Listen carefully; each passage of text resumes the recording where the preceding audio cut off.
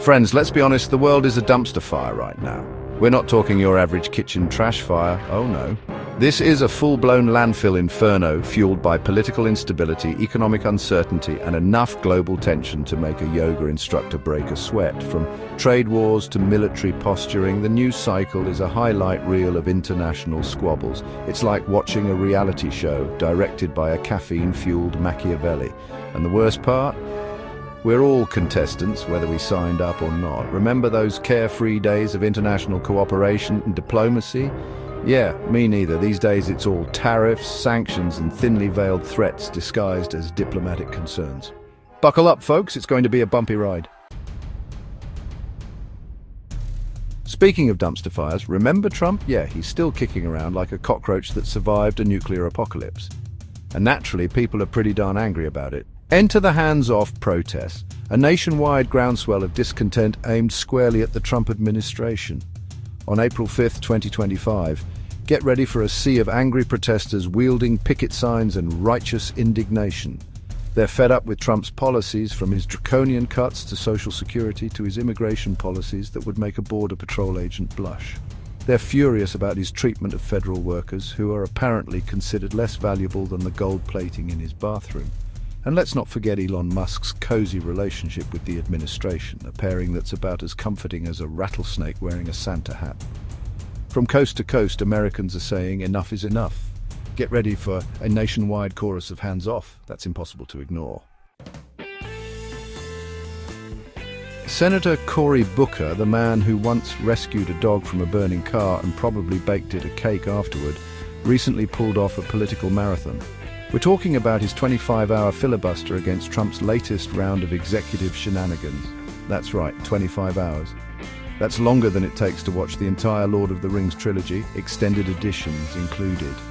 Booker's goal: to shine a spotlight on Trump's relentless attacks on federal programs and workers, a move that's about as popular as a root canal without anesthesia.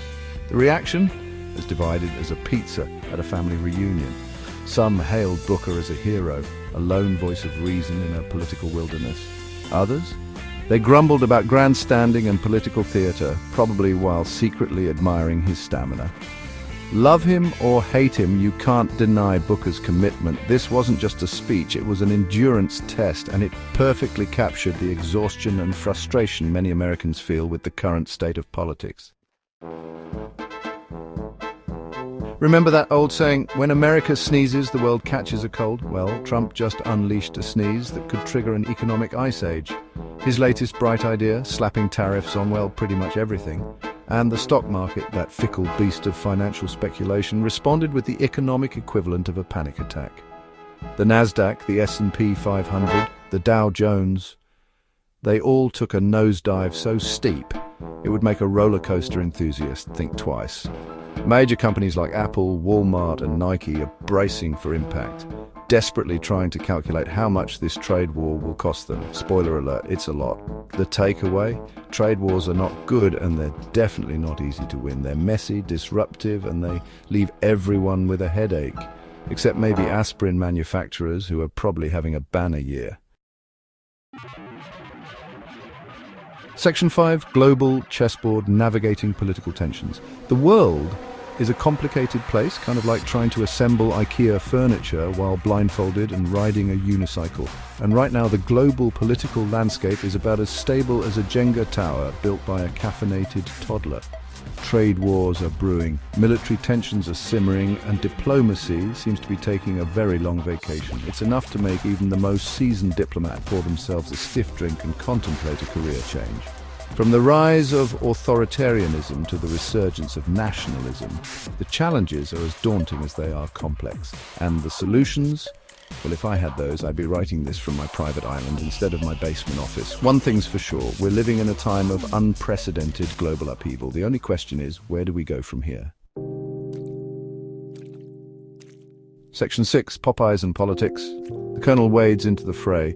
Even fried chicken isn't safe from the clutches of political discourse these days. Yes, you heard that right. Popeyes, the fast food chain famous for its spicy chicken and even spicier arguments at the drive-thru, has become an unlikely political lightning rod. It all started with their pickle-themed menu. a culinary innovation that sparked a debate about consumerism, marketing, and the soul of America. Okay, maybe not the soul of America, but it definitely got people talking. Some applauded Popeyes for its boldness, its willingness to push culinary boundaries and court controversy. Others, they just wanted a biscuit and some mashed potatoes, for crying out loud. The point is, in today's hyper-connected world, even a fast food chain can become a cultural battleground. It's a strange, confusing, and slightly terrifying world we live in. Section 7. Local action, national impact grassroots movements take root. While the national political scene often resembles a reality show gone wrong, real change is happening at the grassroots level. Across the country, ordinary citizens are fed up with the status quo and they're taking matters into their own hands. From fighting for voting rights to demanding action on climate change, these local movements are building momentum, creating a groundswell of activism that's impossible to ignore. They're organizing protests, lobbying their elected officials, and holding their leaders accountable. They're proving that even in the face of political gridlock, the power of the people can still create meaningful change. These grassroots efforts are a beacon of hope in an otherwise bleak political landscape. They're a reminder that even in the darkest of times, the human spirit, armed with determination and a shared purpose, can still prevail. Section 8. The social media circus, shaping political discourse in the digital age. Social media, the digital Wild West, where facts are optional, outrage is currency, and everyone's an expert on everything. It's the platform where politicians go to grandstand, trolls go to feast, and the rest of us go to lose faith in humanity. From Twitter wars to Facebook feuds, social media has become the primary battleground for shaping political discourse. It's a double-edged sword capable of amplifying important voices and spreading misinformation with equal ease. While social media can be a powerful tool for activism and political engagement, it's also a breeding ground for echo chambers, confirmation bias, and the kind of toxic discourse that would make a sewer rat blush. So, the next time you're scrolling through your social media feed, remember, not everything you read is true, and not everyone with a strong opinion is worth listening to.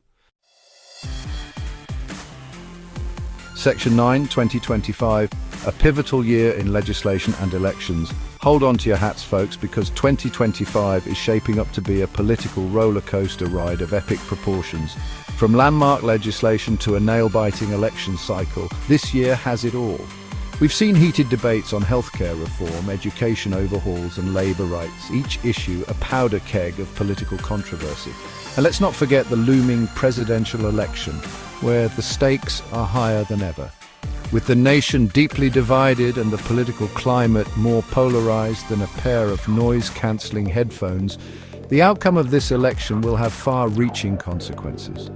So, as we navigate this tumultuous political landscape, it's more important than ever to stay informed, engage in thoughtful dialogue, and exercise our right to vote. The future of our nation, for better or worse, depends on it.